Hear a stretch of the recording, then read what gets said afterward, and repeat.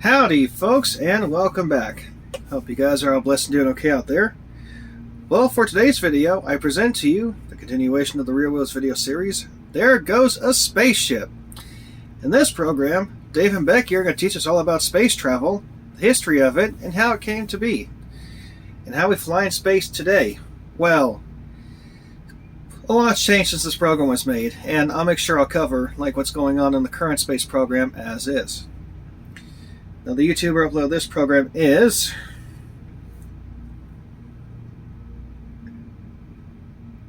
one sec. Sometimes my phone and my eyes don't work right. Mechanical, analog, digital. Shout out to this YouTuber for making and uploading this awesome program. This is another one I got to see when I was a kid, and it's one of my favorites as well. But first, my disclaimer. I am not paid, sponsored, or endorsed to upload this video. I am not making any money off of it, nor do I claim or take credit for it either. This program belongs to the current and original creator of this content. All rights belong to them along with the credit that is done with it. This is being done for fun, educational, historical, and preservation purposes only, nothing more, nothing less. I own nothing except the camera and the TV I'm using to film it with. Get it? Got it? Good. Alright, let's take a flight into space with There Goes a Spaceship.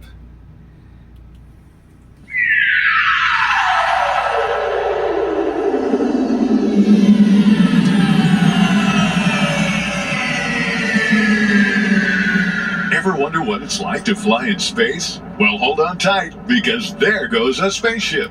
7, 6, 5, 4. We've gone for main engine start. We have main engine start. Blast off!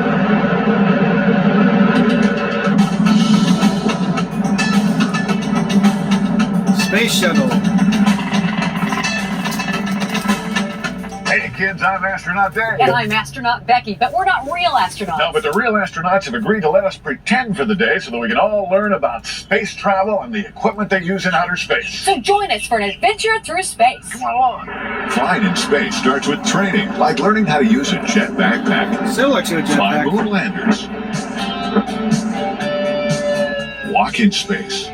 Live in space stations. Saturn V Then fly rocket. to the moon and even drive a lunar rover. We're here at the Kennedy Space Center in Florida to learn all about space and what it takes to get us there. The Kennedy Space Center is where all of America's great adventures into outer space have their beginnings. So if you're ready, we're ready. Let's take a look around. Come on.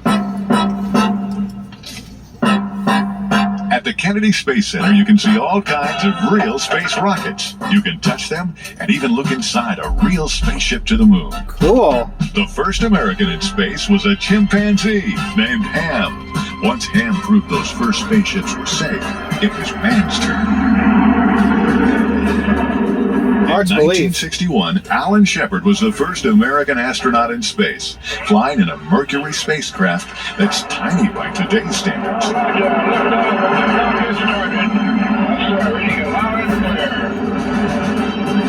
This is Freedom 7. The fuel is go 1.2G.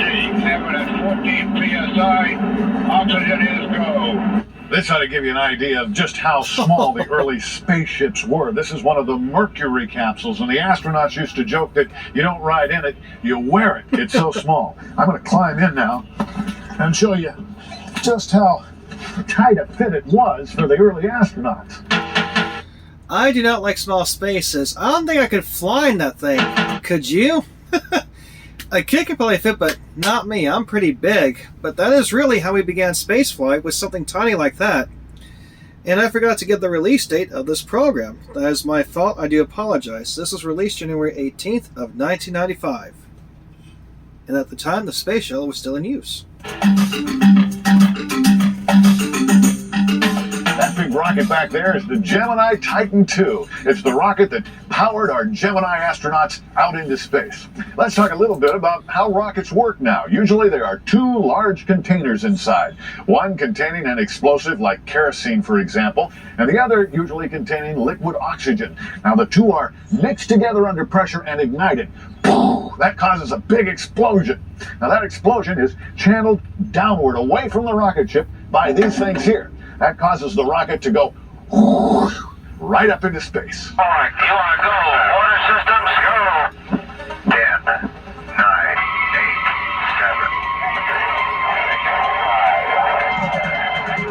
7. If a spaceship is heavier, or if it has to fly farther or faster, the rocket it uses has to be bigger and more powerful. Oh, yeah. This Atlas rocket made the first Earth orbits possible.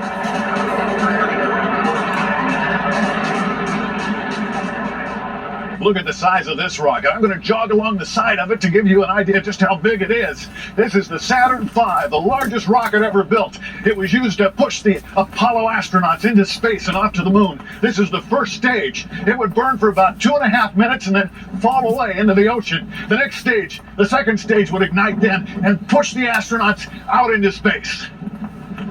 The second stage would then fall away, and the third stage would kick into gear and fire the astronauts off to the moon. The next stage is not a rocket at all. It's where the lunar lander was kept. The stage in front of that is called the service module. It's full of all kinds of electronics. And then in front of that is the command module. It's a V-shaped unit, and that is the only unit that actually returned to Earth. So people think we can go to Mars and everything else like that. Well, to travel farther and faster, the rocket would have to be pretty big. It's not possible to travel too far outside our galaxy either because of, well, food and everything you would need to survive up there. Rockets are just as complex now as they were back then. The Saturn V, though, is huge. It's even taller than the Statue of Liberty and her pedestal. Not many people know that.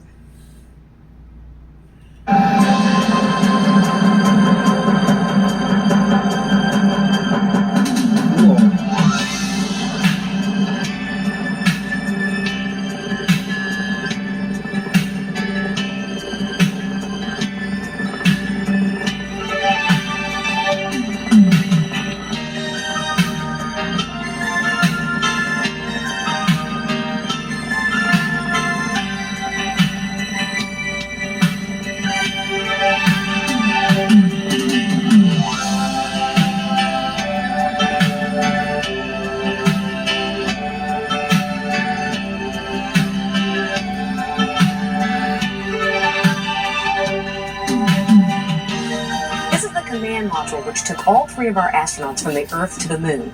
Now, 2 of the astronauts got in the lunar lander and landed on the surface of the Moon, while 1 astronaut stayed inside the module and orbited the Moon. I'll tell you something else too, guys. A lot of people think we can fly in space like in the Star Wars movies or in Star Trek. That works in their universe, but not ours. Let me give you an example. I'm not sure how many of you have seen Star Wars or Star Trek, but you might be familiar with the story and the concept. I'm more of a Star Wars fan. The most iconic ship in Star Wars is probably a ship called the Millennium Falcon, or some of you know as a YT-class freighter. It's flown by a pilot named Han Solo, with a hairy character called a Wookiee named Chewbacca. That ship is able to jump to light speed, in and out, in space. Light speed is pretty fast, but not as fast as you think. In the Star Wars universe, you calculate your light speed with the Navi computer. You don't want to bounce too close to a star or a supernova. It would end your trip real quick, as you put it to Luke and Obi-Wan. You make the jump to light speed. You're in light speed, I think, for maybe a few hours or a few minutes, and you come out of light speed and you're at your destination. It wouldn't really work like that in our world, even with the most powerful engines. Your ship would come apart, and even a tiny particle or piece of dust could damage your ship as well.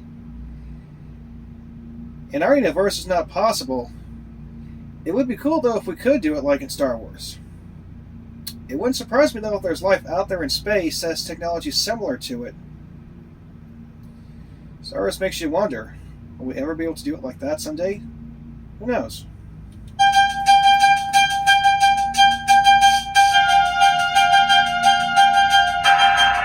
Contact right.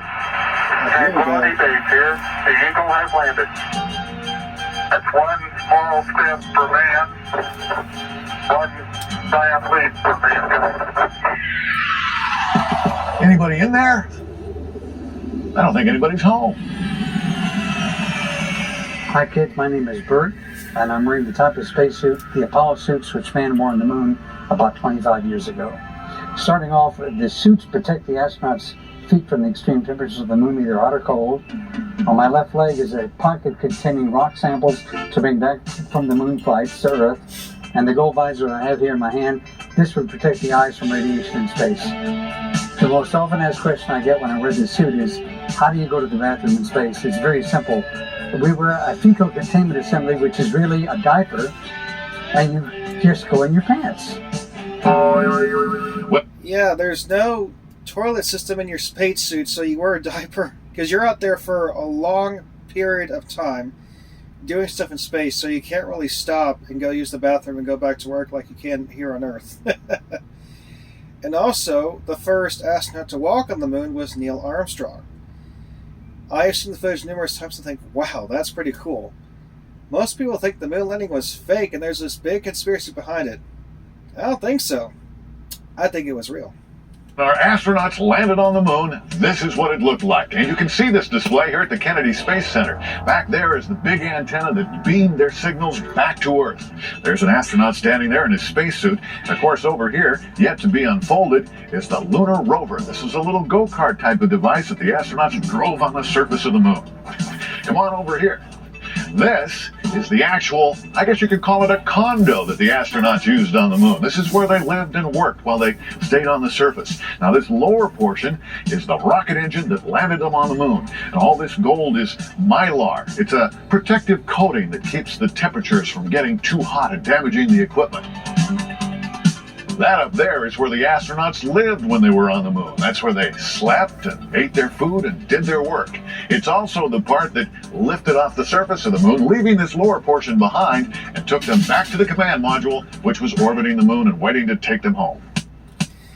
If you're wondering, too, how big it was inside the capsule, the Saturn V rocket, and the lander, well, as Jim Lovell put it when he was on Apollo 13, and I'm not sure how many of you know what these are, but it was about the size of a couple of telephone booths. If you're wondering what a telephone booth is, back then they had what was called a payphone, and I grew up in the 90s with those things where you'd put a quarter or a dime in to make a phone call before cell phones really caught on and became popular. You could find phone booths all over the place where you'd go in, close the door, and make your phone call. We don't have them anymore very much, and you just don't see them. America's early spaceships didn't come back to Earth and land. Instead, parachutes slowed them down. Then they splashed into the ocean. Yep.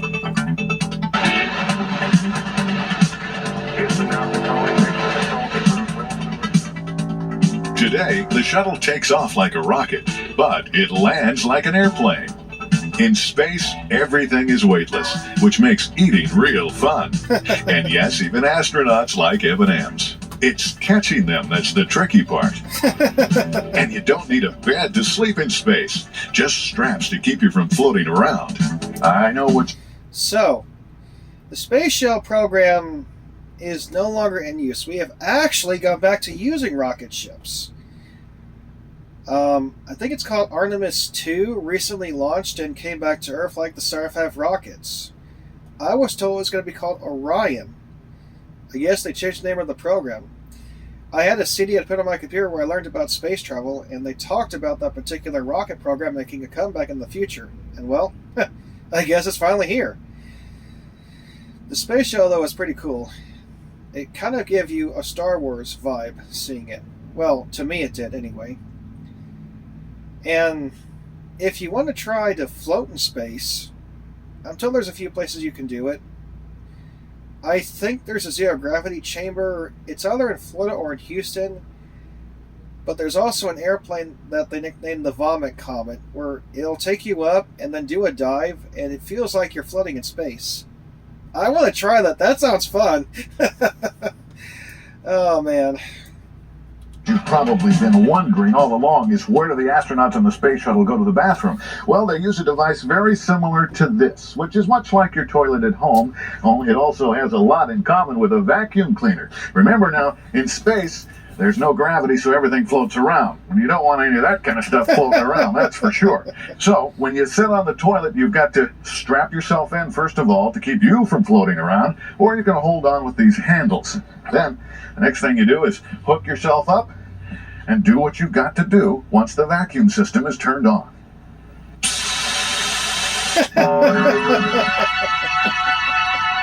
This is what the cargo bay of the space shuttle looks like, and what it does is carry payloads like this satellite into space. The doors on the top open up and out it goes. The shuttle has all kinds of different jobs. Sometimes they launch satellites, sometimes they catch and fix satellites. But whatever the job is, when it's done, the shuttle lands back on Earth just like an airplane on a very long runway. The show's not very aerodynamic either. They say it's like a flying brick, but it looks cool. When the shuttle lands in California, it has to go all the way back to Florida to fly again. So they put it on top of a 747 and fly it home. There, they fix it up and get it ready to fly again. This building behind us is the Orbiter Processing Facility, or OPF, and you can see by the special door there and the special cutout for the tail, that's where they drive the orbiter in and process it. That's right. They clean it up and prepare it for its next flight. And we've got special clearance cards, so we're going to go in and look around. Come on. So the building they're going into is considered to be one of the tallest single-story buildings in the entire world. Although the space shuttle or spacecraft goes in flat, it has to be propped, vertically to go back into space, or the rockets themselves. So that building is really, really tall. I recommend you check out a YouTuber named Jared Owen. Shout out to him. He makes all kinds of 3D videos about stuff like this, and he talked about the vehicle assembly building at NASA. Space shuttle is a really cool piece of equipment too. I wish they could bring back the shuttle program, but I don't think they're going to do it really anytime soon. But it was nice to see while it lasted.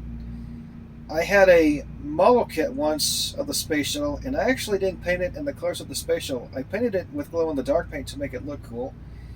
And when I was a kid, I had a Lego Discovery Kids space shuttle that I put together, and it came with the Hubble telescope. I want to try to see if I can find that set again. I know Lego has made the space shuttle recently. They also made the space shuttle being carried on 747. But mercy, the prices of Lego are really outrageous.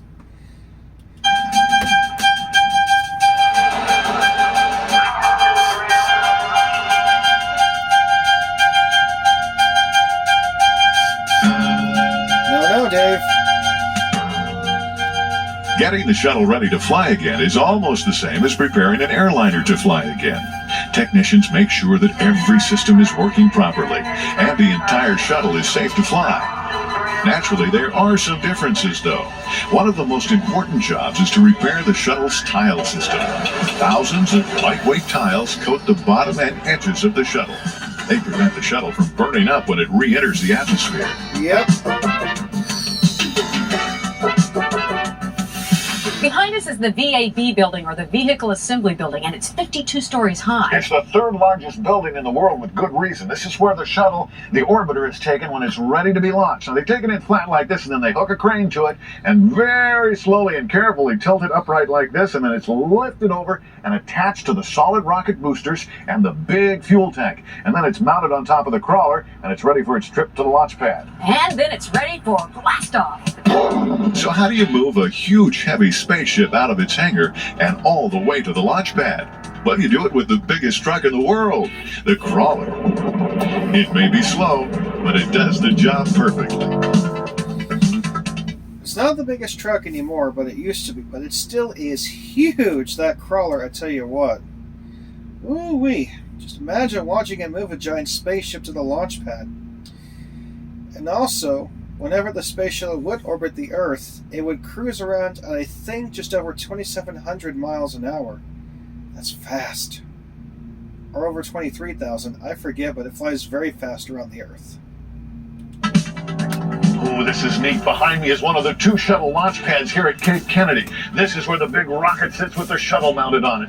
And of course, I'm standing right now in what's called the flame trench. When those big rocket engines fire off, they go creating all kinds of vibration and fire. The flames come shooting out through here. In fact, it's so hot and there's so much noise and vibration that no one is allowed within 3 miles of the launch pad during a blast off. The only people here, of course, are the astronauts who are riding high atop in the space shuttle. We've gone for main engine start. We have main engine start.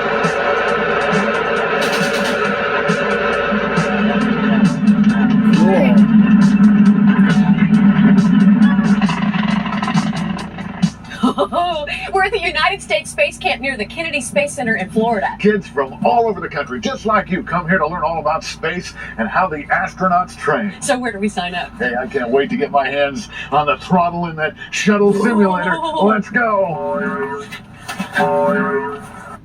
Oh, this is one of the most fun and awesome machines here at Space Camp. It's a moon gravity simulator. You see, the gravity on the moon is only about 1/6 of what it is on the Earth. So if I weigh 180 pounds on Earth, I'd weigh only 30 pounds on the moon. And of course, on the moon, you wear these spacesuits. Now, the real ones are 23 layers thick, so they're very heavy and awkward. Now, there are special moves that you have to learn if you're going to move around safely on the surface of the moon. The first one's kind of a bunny hop. This is the astronaut bunny hop. You hop just like a bunny, and gradually you move forward. You got to be careful you don't hop too high or you'll lose control. Now, if you want to move from side to side, you kind of do a little side shuffle. You take off on your left foot like this and land on your right foot. Yeah, take off on your left foot and land on your right foot. And if you do it right, you end up upright. Now, probably the most fun move on the moon is the astronaut jog, they call it. It's just like on the Earth, only kind of in slow motion. So first you leap to the left foot and then to the right foot, and then the left foot, whoa, and then the right foot, and that's how you jog on the moon. Yep. That looks like fun. Try that, actually.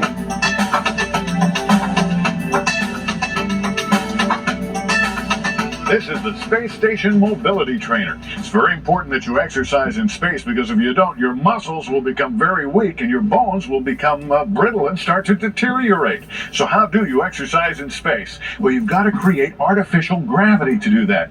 You do that by using centrifugal force.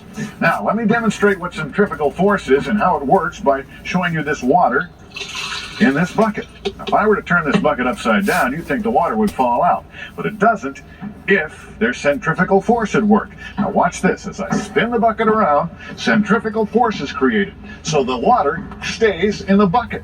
And that's the way the astronauts exercise in space.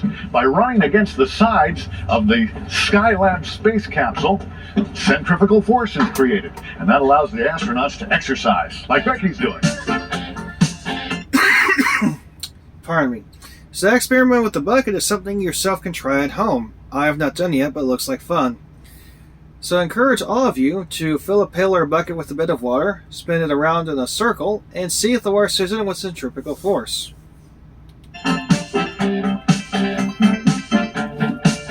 This machine is the But make sure you do it in the backyard. You don't want to mess up your mom's kitchen. MMU, or Man Maneuvering Unit. It's kind of a human jetpack the astronauts wear when they're outside of the space shuttle and they have to work on satellites and that type of thing. Now, this is just a simulator here at Space Camp, so it actually floats on a cushion of air. I'm going to turn that on now, and as it fires up, I'll start to float around, and then these little levers here simulate the controls the astronauts would have in space. If I want it to spin, I can push this button to roll left or to roll to the right. And then this one makes me go forward. Wait a minute. This isn't quite working right. Wait a minute. Wait. Oh, whoops. Wait a minute. I don't think I pushed the right button. I'm upside down. I should have read the manual, Dave.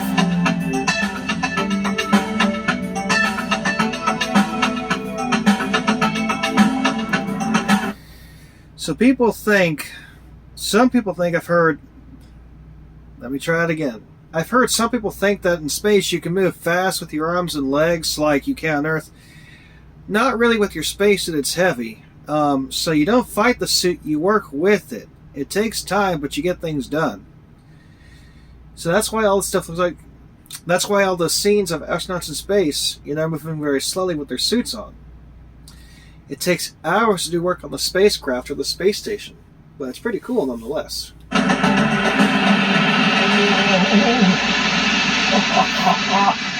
No, just kidding.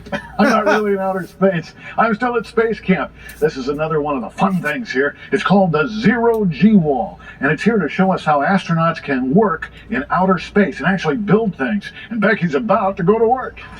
Whoa, Dave, this is fantastic. Come on up here. Let's get to work. I'm on my way. Well, I'm all strapped in. I've got my tools. I'm ready to go to work in space. So if you're ready, I'm ready. Let's go. Going up.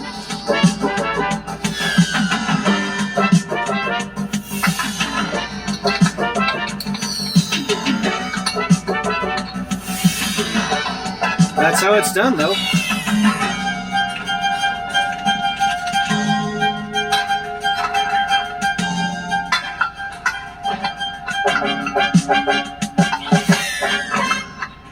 Now, Dave, Yep. this is a chair that spins and it's used to disorient you. Okay? Yeah, I don't get disoriented. Ah, you don't. I've never had a problem with that. That's why I'd make a good astronaut. see? Okay, all right, I believe you. But we're going to test you No anyway. problem for me. Okay? Now, you just I give me don't the thumbs up when you're ready. Okay, I'm ready. Go. Okay. Whoa. Whoa! That'll make me dizzy doing that, guys. Okay. Yeah, you can stop it now. Okay. Whoa. Here, let me see. Whoa. How are you? Oh, I'm fine. You're fine? Oh, yeah. Good. Yeah, I'm so glad you can do it. Oh, yeah, you never feel disoriented.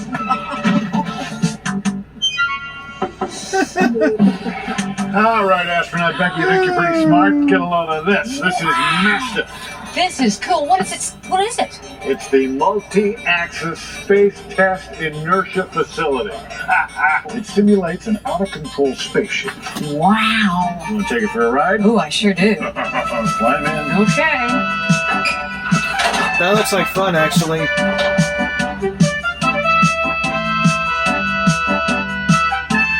Are you ready? Dave, how come you're standing outside there?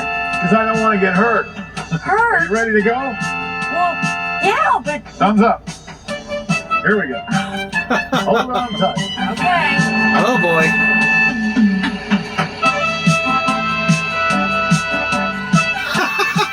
Oh! Oh my goodness. Yikes! Oh my goodness. Dave! Dave! Stop this thing! Really, really fun, but I think I've had enough. I get it now. Okay. Well, here. How many of you have been to space camp? Are they doing things like they did in this program, like they did blah blah blah? Are they still doing stuff there, like they did? Why can't I talk, folks? Keep in mind, this is not rehearsed. This is all happening right here and now. Are they still doing things at space camp like what they're showing in this program? Let me know in the comments below. I've not been to space camp, but someday I would like to go for myself and see it. It is the orbiter. Wow. Wow. She's really big, isn't she? Astronaut Becky and astronaut Dave, spaceships are under tight control. Therefore, no one is ever allowed inside without a trained instructor. Would you like to go inside? Oh, yes. would we? That's why we're here. We've been waiting for this a long time. Excuse me, but the pressure in the 5DF air cushion seems to be a little low. Could you come show me how to adjust it, please? Sure. Becky and Dave, I need you to stay here, and when I get back, I'll show you around inside. We got a plane to catch. We're running out of Okay. time. Don't take very long, promise? I promise. Wow. Come here. What? Listen, I really don't think they'd mind if we just, if we went inside. Oh, As no. long as we didn't touch No. anything. We're not going We're just inside. going to look around because we're going to be Dave, late for our she plane said if we it's don't top go look security. around. We have to have an come on, instructor Becky. with us. Come No, on. we're not going. Come on. Dave! Oh, wow. Look at this. Oh, Pretty cool, so I told ya. Cool. A real spaceship. Oh, I can't believe it. Yeah, this is neat. Oh, hey, that's a flight deck up there. Oh, let's go see. Oh, come on. Wow, look at this. Oh, wait till I you can't see wait to get this. my hands on the Oh. controls. Hey, listen, I watch always wanted your- to- Ow. Oh! Oh, no, Dave. Are you okay? Dave? Dave? Time for a dream sequence. Astronaut Dave, power is on. All systems are ready. Solar 2 is ready for liftoff. Capcom, all systems are go for ignition sequence. Switching over to automation. This is your flight director. You have a green light. Prepare for launch. 5, 4, 3, 2, 1.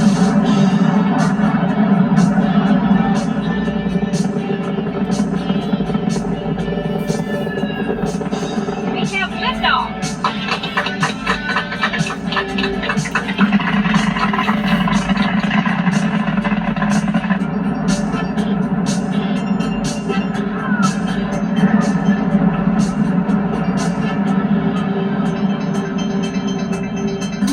And they're in space now. Wink, wink. Look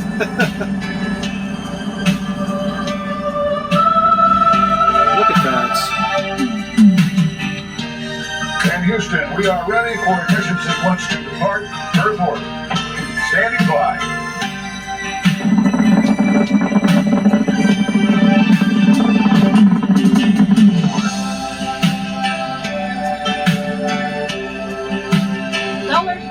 Solar 2, we have lost you. Come in, come in. Uh-oh. Oh no, it's the black hole! Dave, pull up, pull up! Whoa! Pull back on the stick!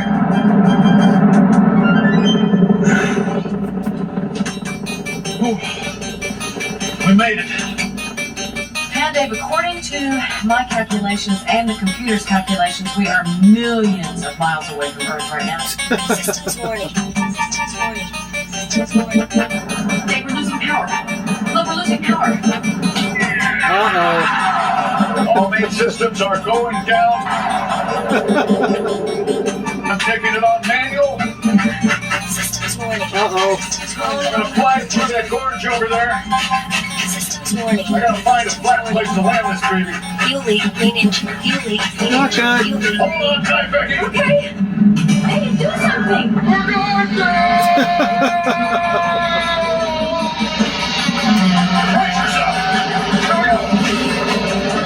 Hold on.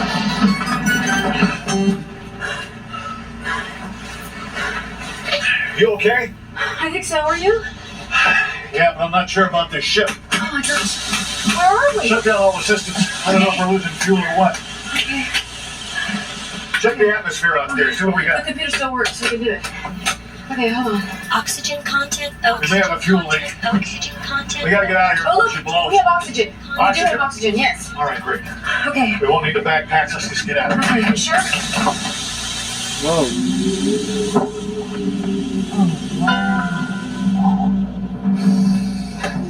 The computer was right. The air's fine. Oxygen. Now let's go exploring. You go first.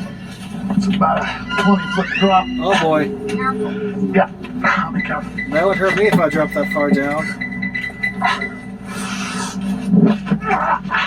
Ouch. Come on, Becky.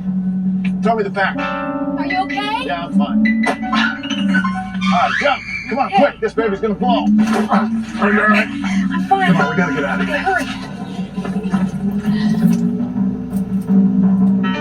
An unknown planet.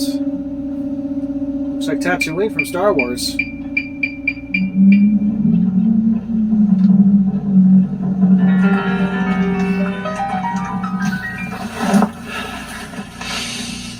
You know, this atmosphere is rich in oxygen, Becky. Doesn't make any sense, though. We don't know of any other planets in our solar system that have that Wait a much minute. oxygen. Wait. What if this is a new planet and a new solar system? A giant leap for mankind. And we did it. Oh, Dave. And we did it, We astronaut did. Becky. We did. Now listen, we need to try to go back to the ship and try to make contact with Earth. We need to let them The know. batteries are dead. There's fuel all over the place. It wouldn't be safe. We've got to explore. We've got to Wait a minute, I don't know explore about this new frontier. Yeah, but Dave, wait. Come on, Becky. No, this come could be on. scary. It really could be. Wait. It is scary in a new planet, but you have to explore to learn things. Folks, I'm going to pause the video for just a sec. I'll be right back. Okay, guys, I'm back. Let's continue with the video.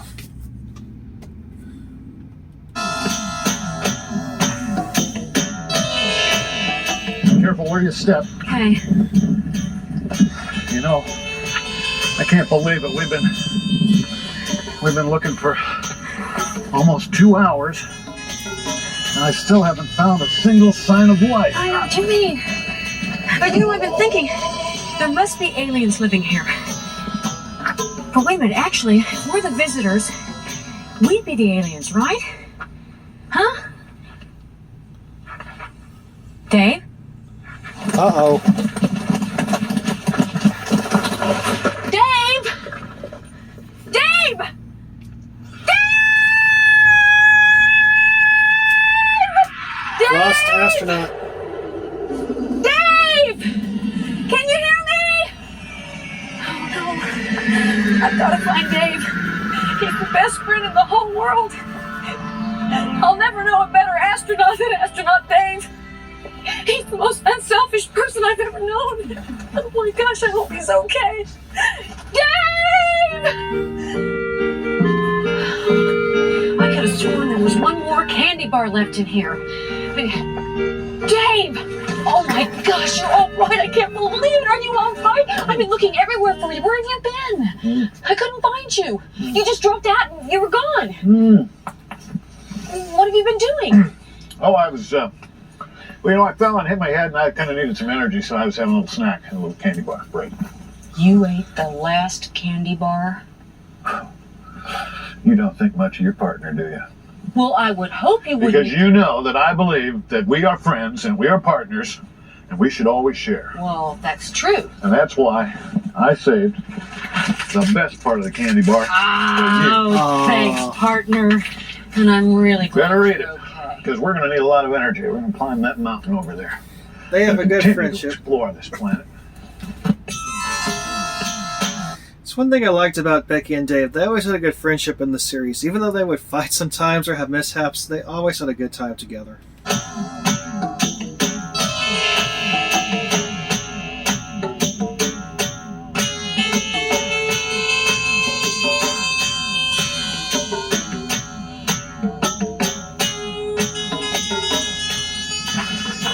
Oh, Dave, look at this mess. Yeah, whoever lives on this planet doesn't have much respect for it, do they? No one should ever litter. Yeah.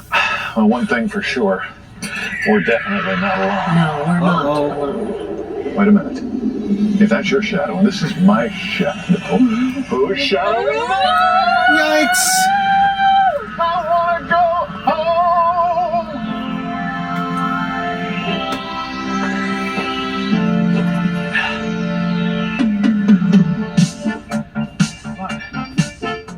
Look, it's the ocean.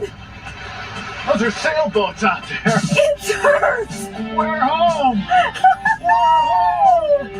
We're home! We're home! Dave, wake up. We're home! Oh, you're all right, thank goodness. Becky, Yes. I just had this incredible dream that we blasted off in the space shuttle and we got lost in space and we crash landed on another planet, but it wasn't another planet, it was Earth, and you were there, and you were... Wait a minute, who are you? I'm the space camp nurse, and you know you're not to be in here without an instructor. I shouldn't have done that. What's the moral of this story? Well, you should never go where you're not supposed to go, and you should always follow instructions. Get some more. Yep. Well, we've learned a lot about spaceships, astronauts, and all the work we've done in space. And if you'd like to learn more about space and astronauts, you can always visit your local library, or why not come to the Kennedy Space Center like us and go to space camp? Yeah, it's time for us to blast out of here now. So for Becky and Dave and our friend here, we'll see you next time. Bye-bye, everybody. Now that was pretty cool. The biggest man-made structure apparently in history is the International Space Station. And right now it's floating around our planet, but in 4 years it's going to come crashing down and burn up in the atmosphere. So enjoy them while you can, guys. Maybe they'll build a new one someday, who knows. And a lot of countries have actually made it into space and the moon, so I commend them for their efforts and their triumphs.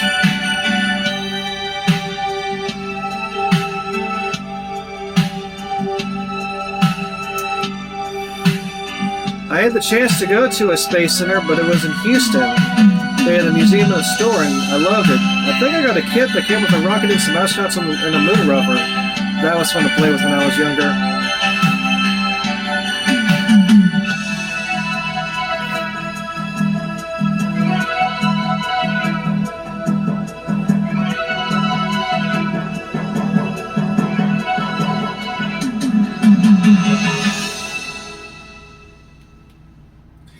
Well, there you have it, guys. Pretty cool. There goes a spaceship. You ever thought about going into space? It'd be a fun thing to do, but do your research, study hard, stay in school, and go to space camp. And pretty soon, like John Glenn, Neil Armstrong, Alan Shepard, and Jim Lovell, you can become an astronaut. Next program we're going to take a look at is... Ta-da-da! There goes a race car. So, until next time, please like, share, subscribe, and comment. Remember to be safe around trains. Leave a hype. Still not sure what that is. And until next time, I'm sorry. And remember, the good Lord loves you. See y'all next time.